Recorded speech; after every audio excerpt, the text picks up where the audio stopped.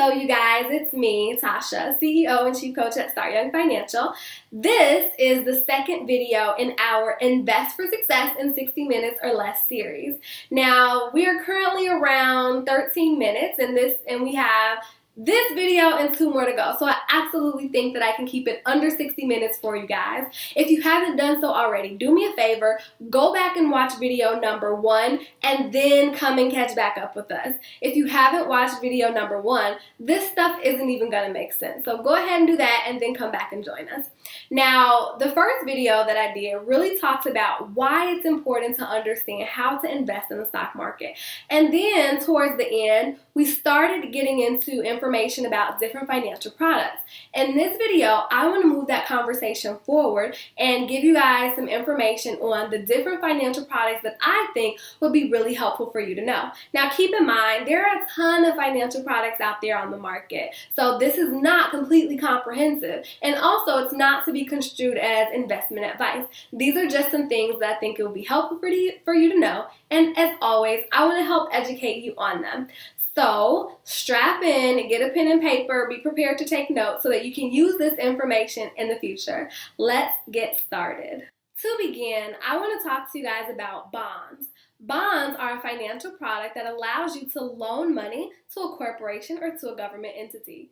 How awesome is that, right? So think about it this way. You know how sometimes when you may need money, maybe you're doing a home renovation or you're taking out a mortgage or something like that, and you want a bank to loan you money. The bank is like, sure, I'll loan you money, but it's going to cost you. And you have to pay interest on the money that you borrowed from the bank.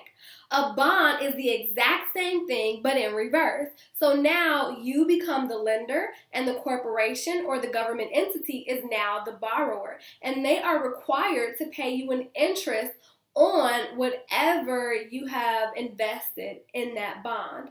So keep that in mind. However much you purchase the bond for, they're going to pay you an interest on that for a specified period of time.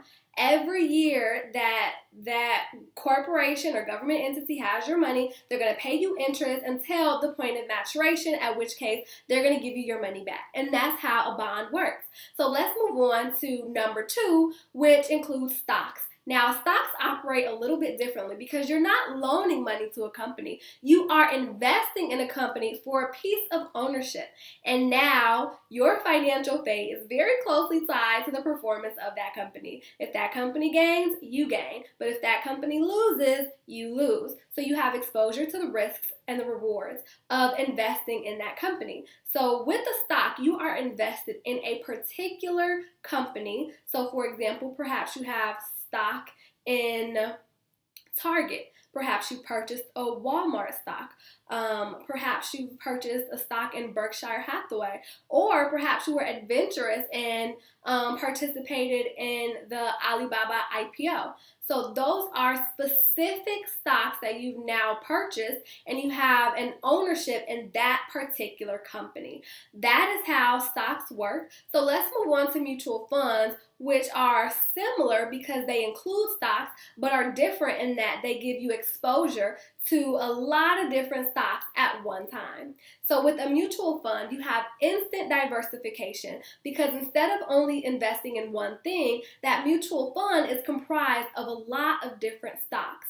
Now, there are 2 different types of mutual funds that you want to be aware of. There are actively managed mutual funds and passively managed mutual funds. An actively managed mutual fund has a fund manager whose job it is to go out and find the best stocks that he can find and put it in that mutual fund because his objective is to outperform the market. Typically, the fund manager is going to be following a set of goals or an objective style that they're trying to stick to that helps them determine which stocks would be a good fit for that particular mutual fund. Now, with a passively managed mutual fund, it's a little bit different. There is no fund manager who is going out there to figure out what is the best stock to put in that mutual fund. Instead, passively managed mutual funds track an index like the S&P 500. So they're just trying to match the performance of the index by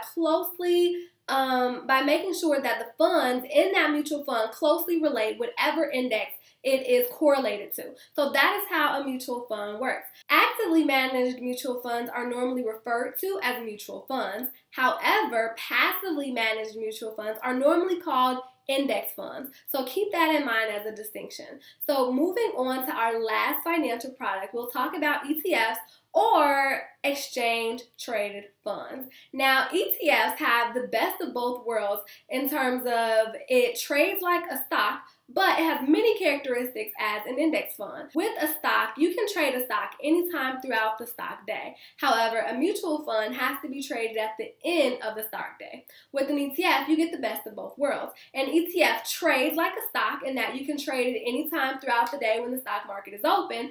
However, it also tracks an index. So it has instant diversification that gives you exposure to many different stocks at once. It's very similar to an index fund. However, it trades like a stock. So keep that in mind. So very quickly, I just want to run down all the different options, all the different financial products that we talked about today. We talked about bonds, which allow you to loan money to corporations or government entities.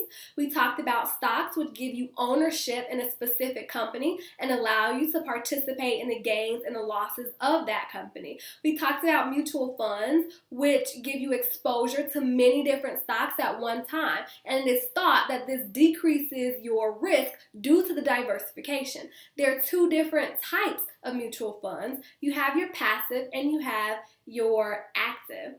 Active tends to be more expensive because you have a fund manager that you need to pay. The passive funds tend to be less expensive because it's simply tracking an index. Actively managed mutual funds are referred to as mutual funds.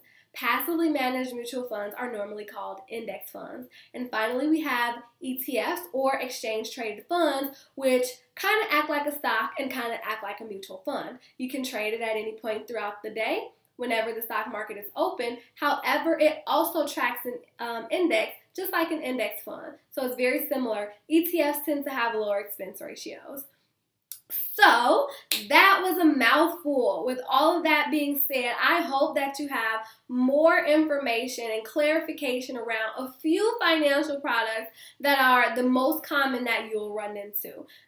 With a good handle on these, you will do well in creating a financial portfolio for yourself. If you are hesitant about how to do it, continue to do some research. Continue to go online. Feel free to contact a financial professional who can help you. A lot of times advisors have free sessions with young adults just to help them get their foot in the door and help them understand these different concepts.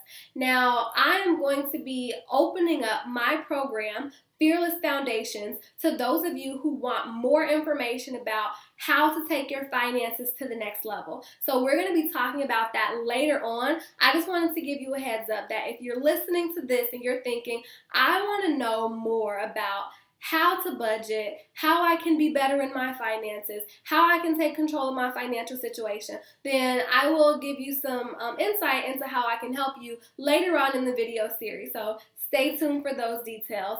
Thanks so much, guys. Make sure that you watch the next video coming up where we're going to go even further into how you can take control of your finances by understanding how to invest. All right, guys. Bye.